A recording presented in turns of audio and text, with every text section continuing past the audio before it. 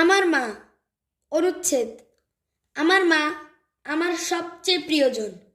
মাকে আমি খুব ভালোবাসি। আমার মা একজন শিক্ষিকা। তার স্কুলের পাশেই আমার স্কুল। আমার মা প্রতিদিন খুব সকালে ঘুম থেকে ওঠেন। সকালে ঘুম থেকে ওঠার অভ্যাস মা আমাকে শিখিয়েছেন।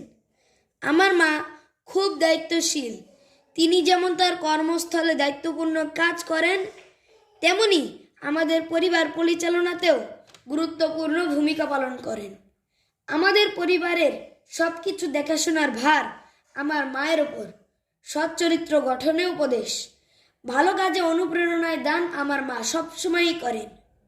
আমার মা চান বড় হয়ে আমি যেন সত্যিকারের মানুষ হতে পারি।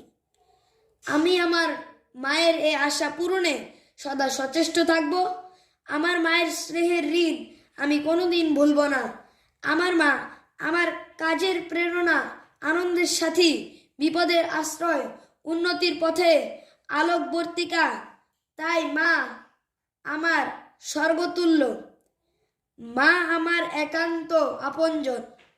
তাই সুর করে বলতে ইচ্ছে করে, মায়ের মতো কেউ আপন নাই।